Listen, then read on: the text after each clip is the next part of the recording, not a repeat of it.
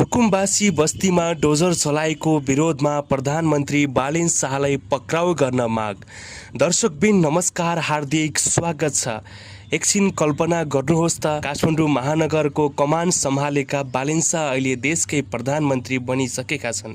तर कार्यभार सम्हाल्न साथ उहाँको अगाडि एउटा पुरानो र जटिल चुनौती उभिएको छ, सुकुम्बासी बस्ती व्यवस्थापन।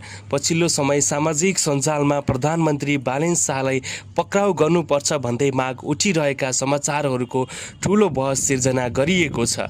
आखिर किन त? आज हामी यसै विषयमा केन्द्रित रहेर सन्तुलित चर्चा गर्नेछौँ। महानगर प्रमुख हुँदा सुरु भएको डोजर अभियान प्रधानमन्त्रीको तहसम्म पुग्दा झन सशक्त बनिरहेको छ। सुकुम्बासी बस्तीमा डोजर चलाउनुलाई कतिपयले कानुनी राज्यको जित मानेका छन् भने कतिपयले यसलाई गरिबमाथिको अत्याचार। सामाजिक सञ्जालमा उहाँलाई पक्राउ गर्नुपर्ने माग गरिरहेका छन्। राज्यले नागरिकलाई घरविहीन बनाउनु हुँदैन, यो मानवीय संवेदनको पाटो हो जसलाई नजरअन्दाज गर्न मिल्दैन।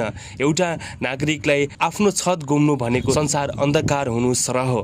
तर अर्को पाटोबाट हेर्ने हो भने प्रधानमन्त्रीको रूपमा बालेन शाहको लक्ष्य स्पष्ट देखिन्छ, विकास र स्थिति। दशकौंदेखि सरकारी जग्गा कब्जा गरेर बसेका समूहहरू र खोला किनारमा प्रदूषित बनाएका संरचना हटाउनु नै देशको विकासको पहिलो खुड्किलो भएको उहाँको तर्क छ। कानुन सबैका लागि बराबर हुनुपर्छ भन्ने अडानले गर्दा नै समर्थकहरूका बीचमा अहिले अझै लोकप्रिय बन्दै गइरहेका छन्।